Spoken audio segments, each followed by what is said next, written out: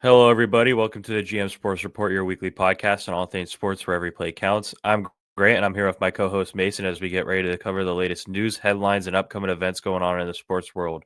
Make sure to like, comment, and subscribe to see all things GM Sports Report. Mason, how are you doing today? Doing pretty dang good today, Grant. How are you doing? I bet you are, buddy. I'm doing pretty good as well. All right, we're going to hop into our episode like we do every week, and that is with our hot take of the week. So I'll let you go ahead and begin with that. Yeah, I don't know if this is too hot, but I think that the Golden State Warriors would win the series if Curry was healthy. Um, I know that it'd still be a pretty big dogfight, um, but I do think at the end of the day, Golden State would come out and potentially face, either Thunder or Nuggets, whoever wins that series. So yeah, I think that losing Curry kind of was a big mental thing. And obviously it was a very big loss on their end. Because like he is like the scorer. Jimmy's also like obviously like the best, I think, all around player on that team. But when it comes to just pure scoring, I think that's definitely been missing with Curry out. But I do think they would win if Curry was in. Yeah, I mean, I agree with that. Down 3-1 now, so I don't even know if we're going to see Yeah. Curry again this series. They might just be packing it up. Right. Obviously, hamstring injuries are pretty serious usually in basketball, so I think they're taking their time with him. And I think, unfortunately, this will be the end of their playoff run, and the Timberwolves will be able to win this series. But like you said, I think if they had Curry, they'd be able to win this series. Not only win it, but win it pretty easily because a lot of these games were pretty close down the Hmm. stretch, and they needed a guy Yeah. like Steph Curry. They just didn't have him. So I agree with that. My hot take of the week is that the Cleveland Cavaliers are better without Darius Garland. This was Mm. something I was kind of noticing during our series with the games that Darius Garland was playing were a lot closer. And the two games that they didn't have Darius Garland, we lost by 40 points and we lost by 50 points. And then fast forward to this series with him out on the floor against the Pacers. He hasn't looked too good, especially on the defensive end. He's a huge defensive liability. Everyone Yep. knows that you just got to get a switch with him onto him, and it's an easy basket every time. Um, I think having a guy out there like DeAndre Hunter, who's a better role player, better defender, and stuff like that, or even Ty Jerome, who's like a little bit bigger and can hold his own on defense more. I think those guys in a playoff setting are more beneficial than Darius Garland because Darius Garland's even struggling on the offensive end right now a little bit. So he just doesn't look like he's helping out the team that much. And the other night when they were getting blown out by the Pacers, he didn't even look like he wanted to be out there. He doesn't look like he's any good other than to run his mouth every now and then because obviously we know he was running his mouth about the Tyler Hero thing last series. But yeah, that's something I noticed. I know it's something that Kyle Anderson on the Heat said that everyone thought was like a shot at him, but I think it's kind of coming into fruition now as we're watching this series unfold. And I know it's a little bit of a hot take. Obviously, I think Darius Garland is talented, but the numbers Right. don't lie. They look a lot better without him right now. So yeah, Yeah. I just can't believe how hard that the Cavs have fallen in the second round. They obviously I know. um they beat pretty they beat the Heat, but the Heat also aren't in the best shape as far as playoff contention um as of now. But with the Pacers, this was like I guess the first test, but everyone thought the Cavs were gonna make it and it was gonna be a Cavs Boston ECF. Yeah. But Pacers came out to play. They took advantage of every little thing that they had. So, yeah, I just think it's absolutely insane. I really thought they were going to make it a lot farther than they did. But yeah, maybe they'll get it next year. I don't know if they're just cursed in the playoffs or what. But yeah, I don't know. Darius Garland's running his mouth again, saying that the Cavaliers have come back from a 3-1 deficit before. Well, yeah, buddy, yeah, I I hate to saw break it to you, that. that team had LeBron and Kyrie on that team. So unless you're going to turn into LeBron, I don't see that happening anytime soon for you. Right. All right. Next thing we're going to hop into is our underdog of the week. So I'll let you go ahead with that. Yeah, quick little shout out. I couldn't think of too many people that were not in a biased setting. So I just went with Jack Della Maddalena, the dude who beat Bilal Muhammad for the belt. And Bilal, I don't think many people really liked him as a champion. I don't even think the UFC liked him as a champion. No one even recognized dude whenever it came time, whether it was weigh-ins or coming into the cage, calling people out. It's just he's not the best personality, and I think his fighting style is very boring in my opinion. So yeah, I wasn't able to catch the fight. I thought it was a pretty weak card, so didn't watch it. And big dub for Jack Della Maddalena. Yeah, I agree. I didn't watch a second of any of those fights. I was not Mm-hmm. interested in that card whatsoever, but happy to see Bilal lose because, like you said, not a fan of his style or just him as a person. So, yeah, shout out to that guy. We'll see what happens in the future with his career. And yeah, Right. um, my underdog of the week is a little bit of a biased pick. This morning, a prospect on the Cubs got called up that I've been wanting them to call up for a while now, and that's Moises Ballesteros. Just a phenomenal hidden prospect, probably one of the best hidden prospects we've had in a long time. In AAA this year, he slashed a 368 batting average, a 420 OBP, a 522 slug with an 8% walk rate to a 10% K rate. So he's almost walking more than he's striking out, which is a really good stat. And on top of that, I think he had as long as a 20-game hit streak, not just an on-base streak, a hit streak in AAA. Just a pure hitter. I've watched him a lot. I watched him a lot in spring training, and he was phenomenal. Watched a lot of his highlights in AAA this season. I've been waiting for him to get the call up, and obviously it stinks to see Ian Happ go to the IL for a little bit, but this is a great chance for Moises to come in and show what he can do and show how pure of a hitter he is. So I'm very excited to see him get the call up here and see what happens because it's a weaker schedule too. So we're playing against some lower competition teams. So I think it's a perfect time for him to come in and, hit for us. So yeah, Moises Ballesteros is my underdog of the week. Nice. All right, now we're going to go ahead and slide over to the NBA. Last night before the playoff action started was the lottery for the draft. And a lot of fans are talking about if the draft lottery is rigged or not, all that stuff. Obviously, the Dallas Mavericks have won the lottery. Nico Harrison got his get out of jail free card, so to speak. So, Mason, I just want to know what your thoughts on the draft lottery were. Yeah. I so I've also obviously grown up as a big NFL fan, and the way their draft works is worst record, first pick. So that's kind of how I was always accustomed to things. And with the past few years, really getting into the NBA and hearing about this lottery, and like it just to me, it doesn't make sense. On like, I get it's like a tradition thing at this point, to where that's just what it is. But what like how do they even come up with who gets what? Like, who gets what pick? Is there, like, a It's certain percentages. format or something? It's percentages, S and then that percentage you get a certain amount of balls in the thing that they pull out. So like some teams have Okay. more draft balls than other teams. Oh, okay. Well, yeah, I mean, that's cool. I guess I'm just not the biggest fan of it, just coming from how I have. But, I think it's very interesting that the Mavs really you know, ended up getting a big win from everything that they were going through with, Kyrie getting hurt and obviously trading away their biggest player, with Luka. And, Cooper Flag is going to be a great addition. We'll see if that roster can stay healthy because I know all three of them have kind of been going through some injuries lately. So, yeah, we'll see. Yeah, I'll start with the lottery itself. I like the concept. I think it's funny when you see a team that's purposely tanking, purposely losing games, and they don't get Yeah. rewarded for it, like the Utah Jazz or the Charlotte Hornets. I think that's very fair.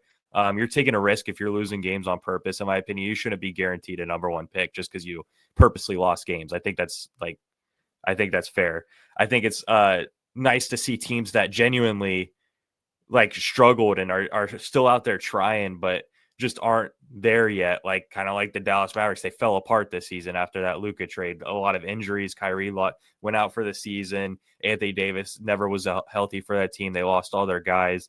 I think it's fair to see them have a chance, even though it's a smaller chance, obviously, than the teams that were purposely selling the games.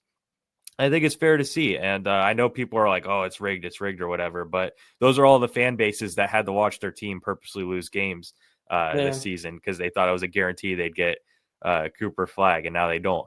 But I think it's fair. You know, you shouldn't get rewarded for purposely losing games. I mean, you have a higher chance than everyone else does. So that's kind of where I sit with it. Now, here's my thing that I pulled away from the draft last night. Obviously, we know Mhm. I'm a Heat fan.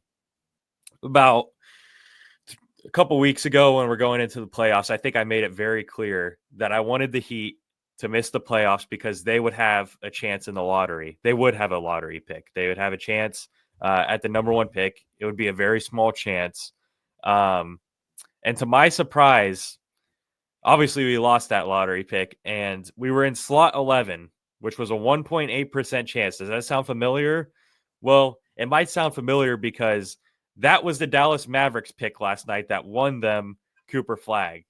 So quintessentially, if the Miami Heat just missed the playoffs like I wanted all along, we would have gotten the biggest get out of jail free card that this franchise has seen in a long time. And we'd either be having Cooper Flag or we could be using that first overall pick to trade for a guy like Giannis or something like that.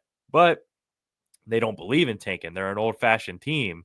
So they go out there and win the play in, go to the playoffs, get swept in the first round by the Cleveland Cavaliers. And now we're stuck with pick 20 in this draft. And that was a hard pill for me to swallow. It kept me up a little bit last night, not going to lie, thinking about how we could have had Cooper Flag.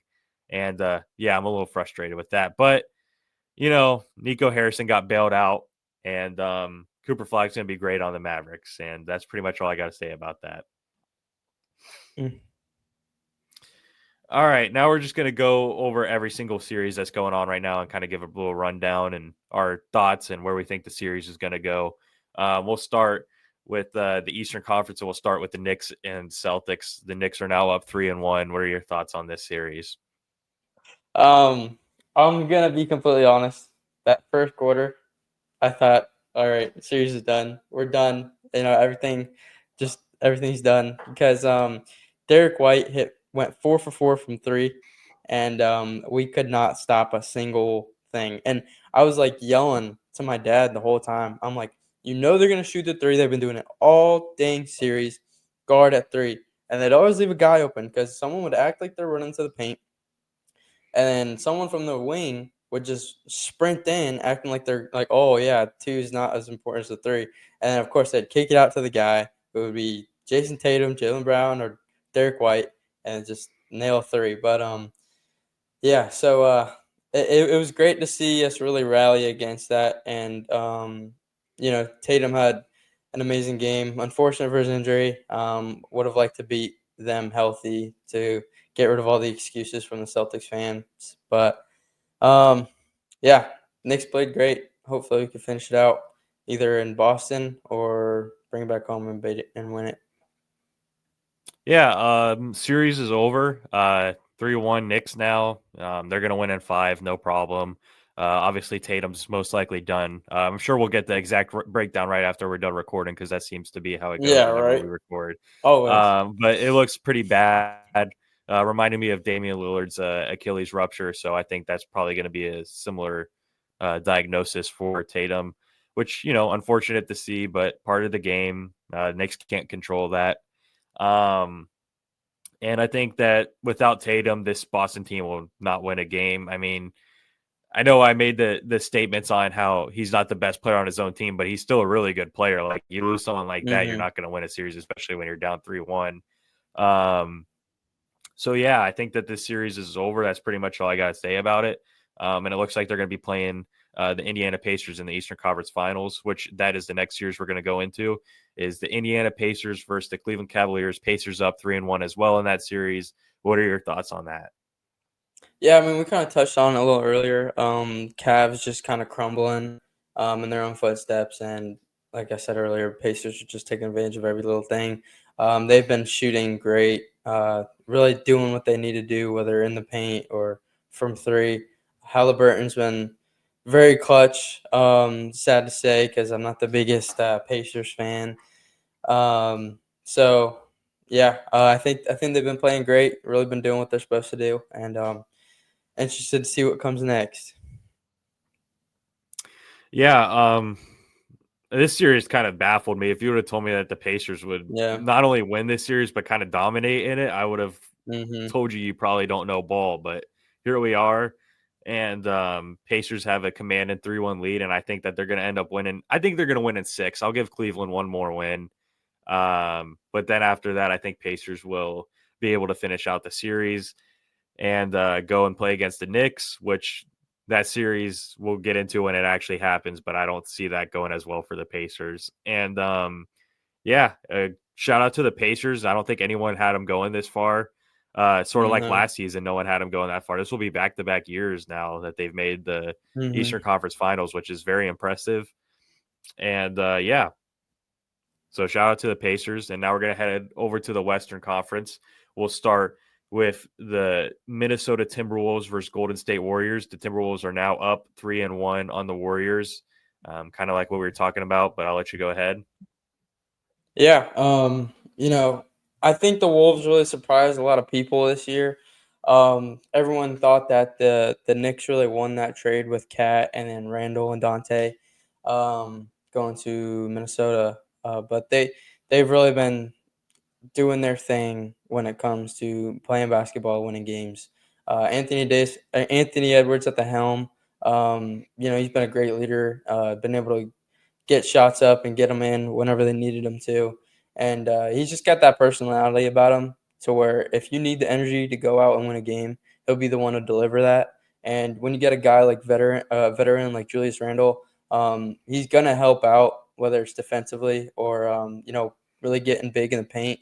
And Dante's a good shooter. He wasn't as good this year throughout the year as he was last year, in my opinion. But he'll still get down maybe like 6 to 10 points a game. So yeah, I think that they really came out and did what they're supposed to do, and it's really unfortunate that we couldn't get what we thought was going to be a 7 game series with Curry being in, if not them winning. But yeah. Yeah, kind of like what you were touching on earlier in the show. I think that it's unfortunate to see Curry out because I think the series would have gone a lot differently. But Hmm. Minnesota's a very talented team, like you said. Anthony Edwards is that guy, and just like the Pacers, this will be back-to-back years of them making the Western Conference Finals, which again, very impressive feat. So yeah, Right. shout out to the Timberwolves. And now we'll go into the next series, which is a little bit of a weird series. That is the Nuggets and the Yeah. OKC Thunder. OKC, it's tied right now 2-2. But Hmm. yeah, what are your thoughts on this series right now? Yeah, I think this for me really shows the impact of a young, thriving team, and on the contrary, a team who's won it all and knows the playoff experience, and they're kind of clashing it out, and it's really comes down to who wants it more and who's the Mhm. healthier team and who's getting down shots. Because this Thunder team, they've been setting records all year, probably one of the best Thunder teams we've seen in a long time. And but the Nuggets on the other side, everyone kind of counted them out. I think, um, they've always been a great team, but for them to make it this far and really do what they've been doing this year, I don't think people kind of expected them to. I think. So I think it's going to come down to the Thunder's winning, just because we've been saying it all year. Um, this league is a young league, and it's going to come down to who's you know, who's able to perform better. So I think Shea will be able to get it done with those guys in Oklahoma City. Yeah, this series has had a very weird feel to it. It's been a very scrappy, hardcore series. Both teams playing, to their full extent, other than that big blowout game that OKC had in game 2, I believe it was. I think Hmm. OKC will be able to pull it out just because they've had Jokic's number these last 3 games. I have never seen Yeah, that's Jokic true. struggle like he has ever. Like in Yeah. this series, he's looked lost. We're talking about 15 assists to 16 turnovers. When has he ever had more turnovers than assists? like ever in his career. On top of that, he's only shooting about 30% from the field. When have we ever seen Jokic struggle like this before? They have him absolutely Yeah, I figured know. out. And I think that'll ultimately be how the Thunder win this series because obviously, if you neutralize him, they really only have Jamal Murray as a scorer because Michael Porter Jr. right now, he shouldn't be out on the court right now. This dude is dealing with a serious injury. I give credits for him for toughing it out, but he even It's a said it shoulder, himself. The right? doctors told him, yeah, it's a shoulder. He can't lift it above his head. Mm-hmm. And the doctors even told him that he should be out for 4 to 5 weeks right now, not days, weeks. So Mm-hmm. I think it's better. I get like the playing tough and like you want to, be there for your team, but I think you're kind of hurting your team more than you are helping them if you can't even lift your shoulder above your head, Yeah. sort of thing. But I think they have Jokic figured out. I think they've done a fantastic job with that. And both teams have had their sloppy moments, but I think Thunder will clean that up, and I think they'll be able to win this series. I think it might go 7 still, but I'm going to give it to Yeah. the Thunder. All right, so that's pretty much going to wrap up the NBA talk for this week, and now we're going to go ahead and slide over to MLB. And real quick, just what I want to do is kind of give our team power rankings because I know that MLB posts them every week, and all these other sports, and a lot of people don't agree, or some agree, some disagree. So I kind of just want to give our opinions on our team power rankings from the 5 spot to 1 spot. So I'll let you go ahead and take it away. Okay. We're just gonna go 5 through 1, or we're gonna go 5-5. Yeah, you can go 5 through 1. Okay. Okay. So at the 5, I'll go. I know they're a lot higher on probably other people's power rankings, but I'll go Mets. Despite them not winning as many games above 500 teams, they have still gotten a lot of wins and probably one of the best Mets teams we've seen in a long time. And they've been able to take advantage of what they've been given. So I'll put them at 5, and then 4. I think I'll go Tigers. They've really been phenomenal this year. I think that I keep saying it, but they've really picked up where they left off last year through the playoffs. And then 3, I'll go with your team is the Cubs. I think they've been lighting it up, really taking everyone. I think by surprise. I know you were kind of expecting this last year, and you kind of been seeing it mold into it. Which I'm hoping, kind of side talk with the Giants to do at some point. But yeah, so they're my 3. And 2, I'll go Dodgers. I know everyone's got them at their 1 right now, but I think they could be producing a little better. Um, yeah, they'll just be my 2. And then 1, I'll go Padres. Padres has just been phenomenal. We were able to luckily see them firsthand and what they were able to do. It was kind of a rough night for everyone. Just rain, I don't think helped at all with that game, but yeah, they've been really good.